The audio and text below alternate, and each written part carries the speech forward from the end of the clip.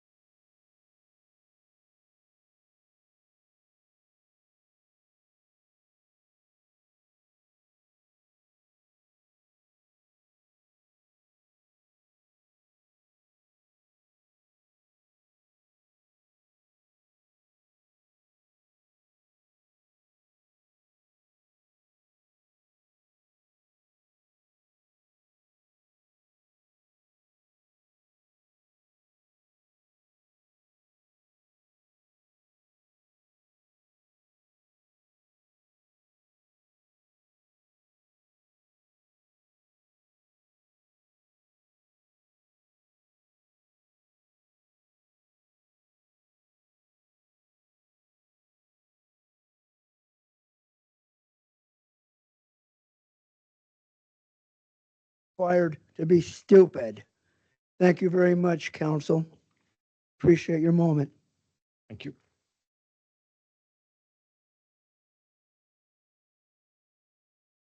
Do we need a few more minutes for technical difficulties? Okay. Yeah. Anyone else here that wants to speak? Okay. My name is Ernie Gilmer. I live at 18608 73rd Street East here in Bonnie Lake. Mayor, council, staff, it's good to see everyone again. I recently found myself over at the volunteering at the senior center, and something came to my mind, and it's been cooking for a couple of months now. And I think this is probably the best place to bring that idea and see if maybe someone else here in the room thinks it's a good idea and can send off an inquiry or whatever's done to find out if other people think this is a good idea. But right now, at the old city hall, we have a flagpole. And I'm wondering if it wouldn't be a good idea for preservation and the historical aspect to take that flagpole down, dig a hole over at the senior center, maybe on that patio there. There's utilities there, so I don't know how that works out. But move that flagpole over to the senior center to replace the one that they've got just sticking on the side of the building. Probably not a good idea to take it up and down. So I understand flag etiquette would require that it be lit 24 hours. You're nodding your heads. That's correct, okay. yes. My information was good. Maybe a light in the tree, a light on top of the roof at the senior center. I don't know, but it's been working around up here for some time. Maybe even a plaque that says, hey, this is from the former city hall, Public Works building, all that. But anyway, that's why I'm here tonight. I just wanted to throw that out there. I have no idea it would probably take, well, it's a lot more than just digging a hole and pouring a bag of concrete. I mean, it's got 4 bolts on it. Let's just take it off and move it over. So I'm sure that city's going to require a lot more planning than that. It may be that it's just not a good idea. Although I don't see how that's possible. So anyway, that's why I'm here. Thank you for your time. Appreciate it. Thank you for all you do, all of you. Thank you. Appreciate it. What's that? Yeah, I'm sure Mr. Sullivan could look into that for us and as a process. Perfect. All right, I think So I'll know everybody that. here has spoken. We'll now start those that are virtual. You have 5 minutes. State your name and address for the record, please. And I believe we have one person with their hand up.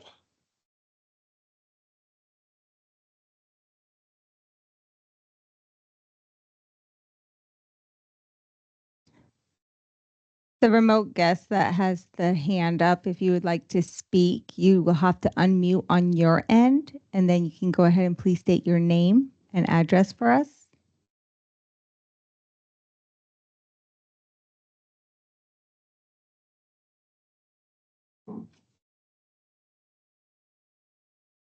Okay. I'm guessing maybe a wrong button or something. Okay, I don't see anybody else. Their hand up on there. The city will now disable all video microphones for those attending virtually. We have no correspondence, so next is committee reports. Finance Committee, please. Thank you, Mr. Mayor. We met this evening, 5 o'clock upstairs like usual. We approved our minutes. We personnel updated by Brian Sandler, Human Resource Manager. We had a couple notable issues there. Of course, I think most of the council is probably aware that basically our prosecuting attorney and deputy city attorney have left the building. Will be. So, yeah, shortly, right? 11/3, isn't that one of them already? Hang on. Yeah. So, the mayor has a plan, of course, to backfill part of that with contract labor right now, right? So, and then he'll bring forward his recommendations, or if need be, to the council for different things he wants to do in the future for that service. Also, we looked at an upcoming video ADA requirement. Nice for staff to bring that forward with lots of lead time there. In 2027 is what it looks like. There could be a possible requirement for all videos that we publish to have closed captioning on them to meet ADA requirements. That may be extraordinary cost at that point in time. So we suspect that the council would probably just opt to not release video, not publish video. We can still use our environment that we're doing. We just can't post them unless we want to meet the ADA requirements at that point in time. So that'll be a future kind of thing coming up. Generally, the committee was like, well, we're just not, the cost was extraordinary to have somebody do those for us. So also issue, of course, recreation update. Mr. Wells gave us a great overview on where rec is currently. I think the council's aware that they are probably going to be a little bit over their budget. So the council's going to have to, I don't know.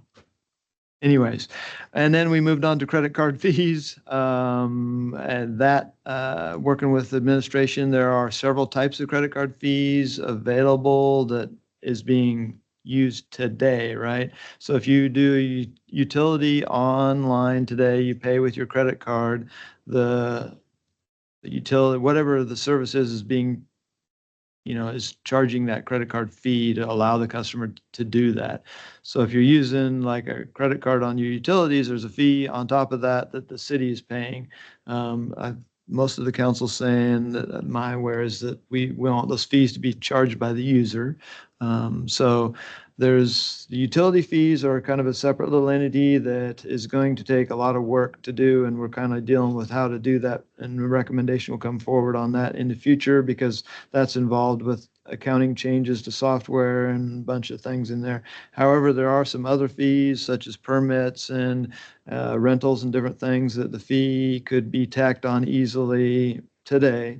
So unless the council objects, I think the mayor is going to look into whether or not he can do that sooner than later on those types of fees. Again, the utility thing is going to be a future recommendation. So Not hearing objection on that. I think you'll find out from staff level what you want to do with that. And that was our meeting this evening. Thank you. Great, thank you. Community Development Committee, please. All right, so the Community Development Committee canceled our November 5th meeting because we didn't have anything on the agenda. However, we did meet at 4:30 as the Joint Advisory Committee for the water waste treatment, pre-treatment program.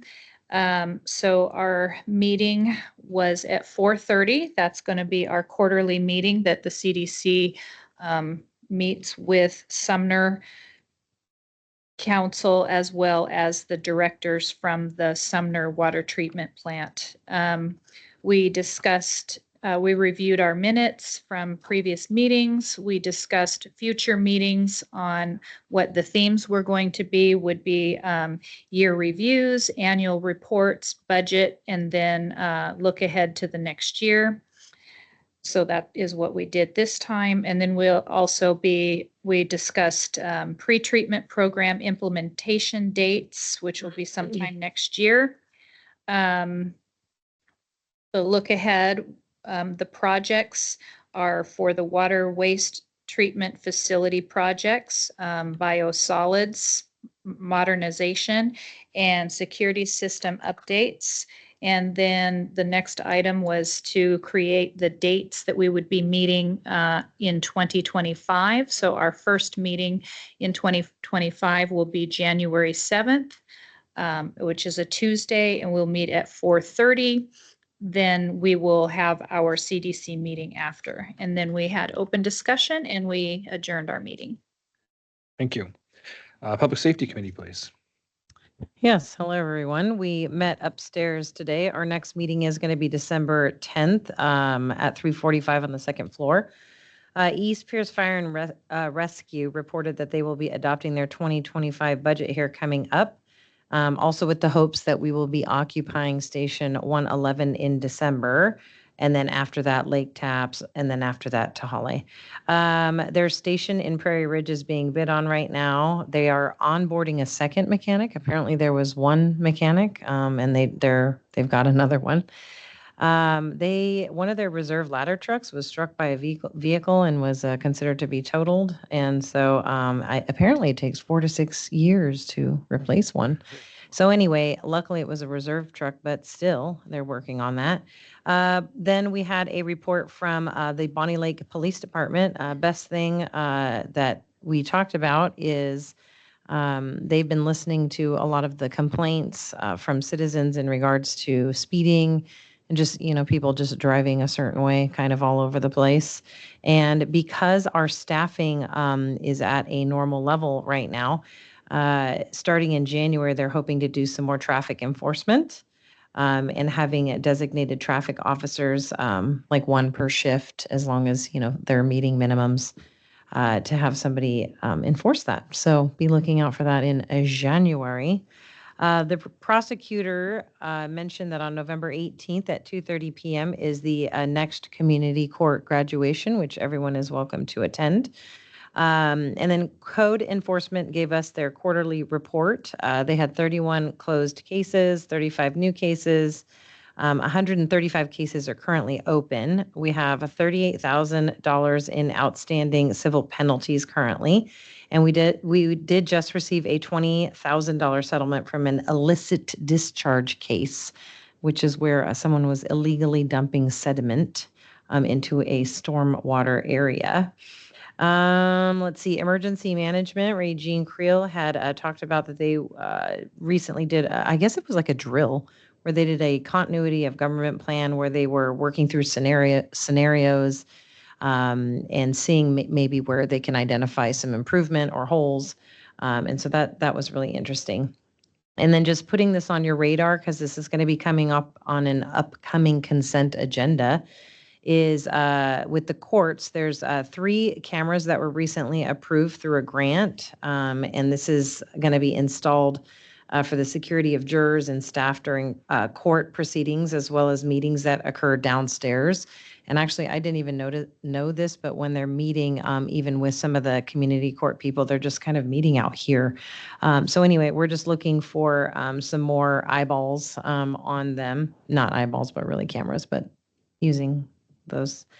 The cameras will cost approximately $35 more than the award, and yes, just $35 above that.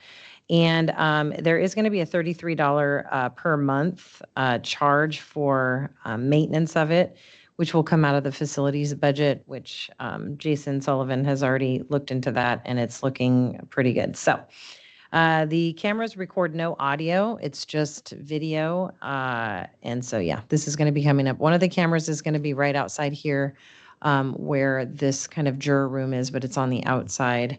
And then there's a couple kind of in there where their offices are at when they're working with people and things like that. So, yeah, that was all. All right, thank you. Mhm. And we have any other reports? Yeah, I have one for CFF. Councilmember Fullerton.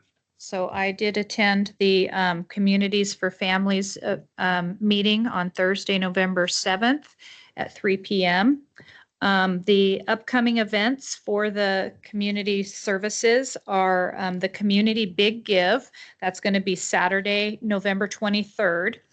And there are volunteer opportunities to deliver meals to about 1,500 families. They've got about 20 volunteer spots available for delivering those. So you would go to communitybiggive.com/volunteer. And then the next meeting for CFF is going to be Thursday, December 5th from 3 to 4:30. That is usually at the YMCA, or you can go virtually. Also, they have the Eli Hill High School program is going to be having a youth forum, which we attended last month, but this is going to be for the Eli Hill. And that's going to be December 6th, and the time is going to be determined. They'll let us know it through email.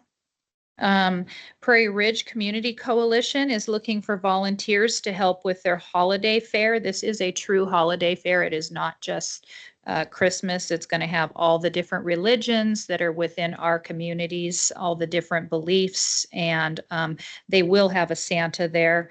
They're going to be doing arts and crafts. The library will be there to give away books, and they will have food and fun. They are looking for people who know how to work a popcorn maker, but I think it's an old-fashioned one, like the bucket that it pops into and you flip it upside down, not like the ones that you get at the schools.